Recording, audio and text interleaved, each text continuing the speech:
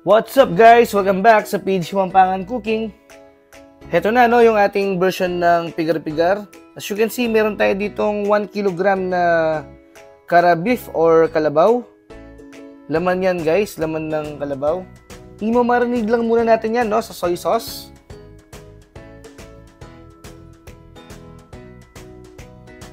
Siguro mga 3 tablespoon. Yan. And then, mga 2 tablespoon na oyster sauce.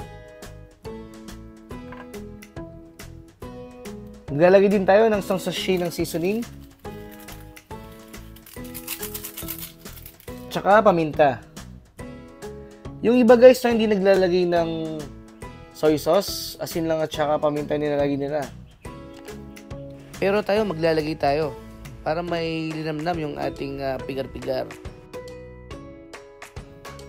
And then, haluin lang natin ng mabuti hanggang sa mag-well combined yung nilagay natin.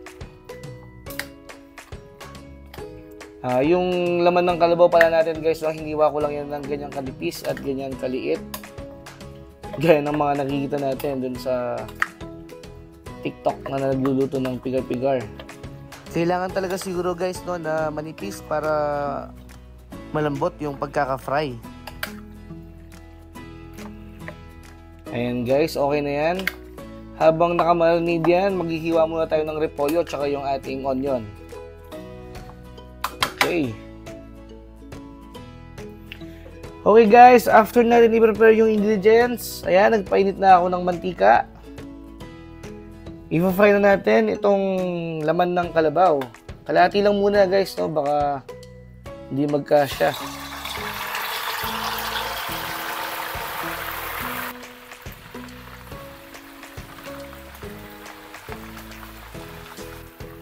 Yan guys, i-fry natin yan ng mga 5 minutes. Kailangan medyo hinahalo-halo natin para magpantay-pantay yung pagkaluto. Grabe guys, ang sarap na ng amoy. Sa amoy pa lang, gugutumin ka na. Ganitong-ganito yung amoy nung kinainan ko sa Manawag.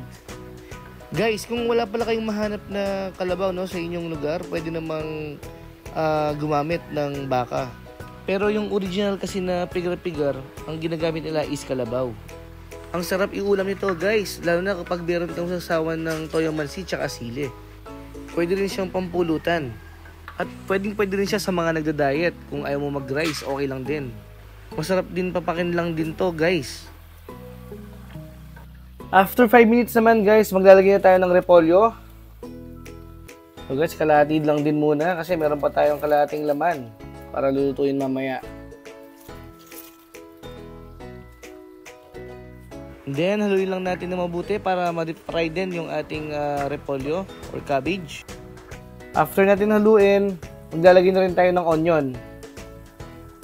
2 medium size yung nilagay nating onion guys, pero depende pa rin sa inyo kung gaano kadaming gusto nyo ilagay. Then, continue lang natin yung pag-fry ng mga ilang minuto. Siguro mga 1 to 2 minutes at okay na to. O diba guys, ganoon lang din pala kadaling lutuin itong pigar-pigar ng Pangasinan. Tamang-tama lang yung timpla natin sa karne ng kalabaw, Hindi natin siya pwedeng alatan guys kasi masarap ang pigar-pigar pag sinabayan mo or sinawsawan mo ng toyo mansi with sili. Yung iba naman guys, mas gusto nilang sili tsaka suka ang sausawan nila. Pero ako mas prepare ko na toyo mansi tsaka sili. Mas nai-improve yung lasa niya guys. After almost 2 minutes, okay na yan. Hahanguin na natin lahat yan. Grabe, ang sarap niya guys. Tamang-tama lang yung pagkaluto natin sa cabbage at onion. Medyo may pagka-crunchy pa siya.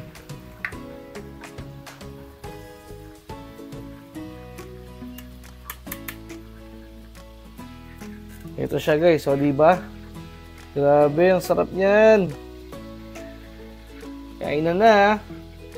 Kung umabot ka sa part ng video na to, maraming salamat sa iyong panonood. At kung hindi ka pa nakasubscribe, mag-subscribe ka na rin. Pakiclick mo na rin yung notification bell para ma-update ka sa mga susunod pa nating video gaya nito. Okay guys, hanggang sa muli. Bye!